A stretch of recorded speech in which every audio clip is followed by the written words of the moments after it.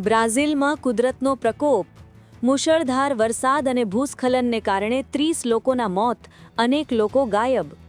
દક્ષિણ પૂર્વ બ્રાઝિલનું મિનાસ ગેરાઈસ રાજ્ય અત્યારે જળબંબાકારની સ્થિતિમાં છે. રેકોર્ડ બ્રેક વરસાદને કારણે નદીઓએ મર્યાદા ઓળંગી અને રસ્તાઓ લોહિયાળ નદીઓમાં ફેરવાઈ ગયા. જુઇઝ ડી ફોરા અને ઉબા શહેરોમાં સ્થિતિ સૌથી વધુ ખરાબ છે, જ્યાં પહાડો પરથી માટી ધસી પડતા 12 જેટલા મકાનો પત્તાના મહેલની જેમ ધરાશાયી થઈ ગયા. આ ગોજારી ઘટનામાં અત્યાર સુધી 30 લોકોએ જીવ ગુમાવ્યા છે અને 39થી વધારે લોકો હજુ પણ કાટમાળ નીચે દટાયેલા હોવાની આશંકા છે. બચાવકર્મીઓ અને સ્નિફર ડોગ્સની મદદથી અત્યારે કાદવ કીચડમાં ફસાયેલા લોકોની શોધખોળ તેજ કરવામાં આવી છે. જુઇઝ ડી ફોરામાં આ ફેબ્રુઆરી મહિનો ઇતિહાસનો સૌથી વધુ વરસાદી મહિનો સાબિત થયો છે, જ્યાં 884 મિલીમીટર જેટલો વરસાદ નોંધાયો છે.